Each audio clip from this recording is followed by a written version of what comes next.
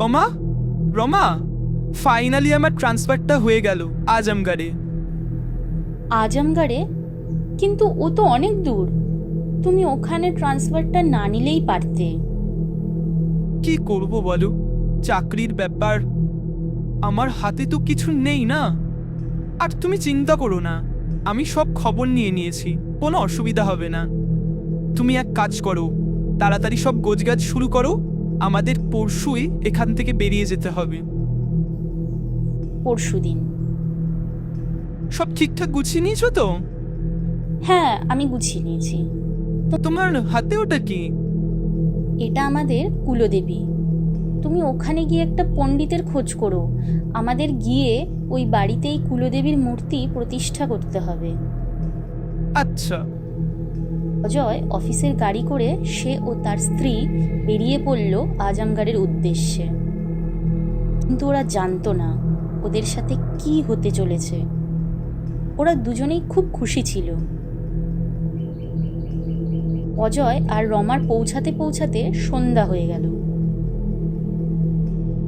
বাবু, রাস্তায় কোনো কষ্ট হয়নি তো? না না, ব্যাস একটু টায়ার্ড লাগছে। আচ্ছা, আপনারা ঘরে যান, আমি এগুলো নিয়ে যাচ্ছি। আচ্ছা। বাবু, ওটা কি? এটা আমাদের কুলদেবী।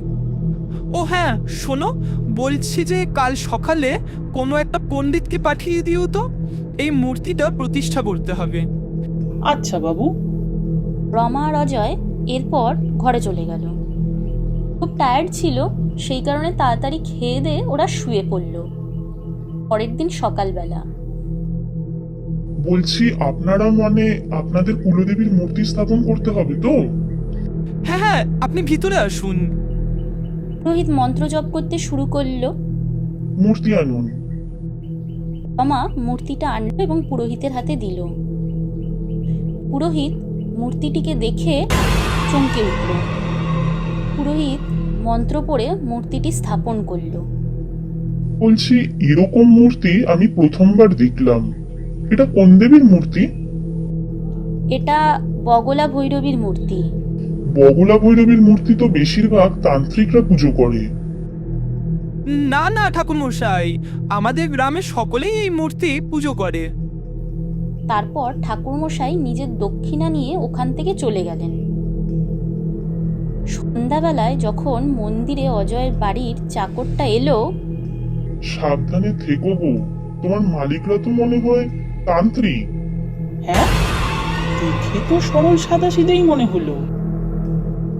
পরের দিন চাকরটা খাবার দিতে গেলে দেখল অজয় এবং রমা ওই বগলা ভৈরবীর মূর্তির সামনে কী সব মন্ত্রতন্ত্র পড়ছে। চাকরটি ভয় পেয়ে বাড়ি থেকে বেরিয়ে আশেপাশের লোকজনকে জানায় যে অজয় আর রমা কোনো তন্ত্রমন্ত্র করছে।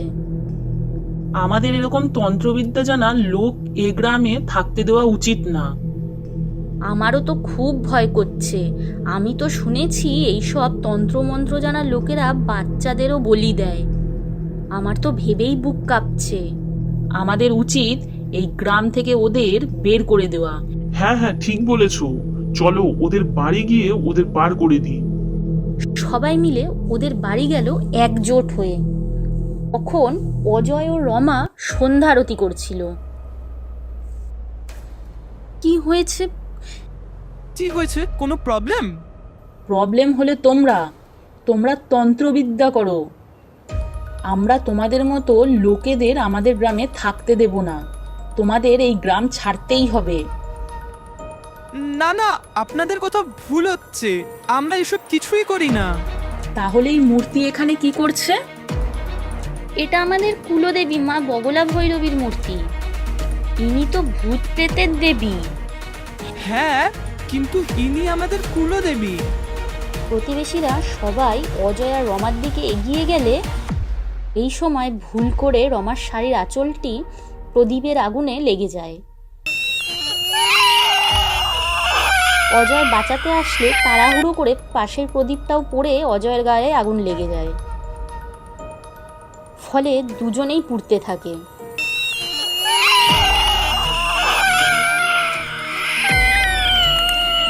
দুজনেই বাঁচার জন্য সাহায্য চাইতে লাগলে, কিন্তু কেউ সাহায্য করলো না। সবাই নিজেদের বাঁচাবার জন্য ওখান থেকে পালিয়ে গেল। ওই দিনের পর থেকে রোজ রাতে ওই বাড়ি থেকে চিৎকার ভেসে আসে, আর এখন কেউ রাতে ওই বাড়ির আশেপাশেও যায় না, কারণ ওই বাড়িকে ভুতুড়ে পরিবারের বাড়ি বলেই চেনে সবাই।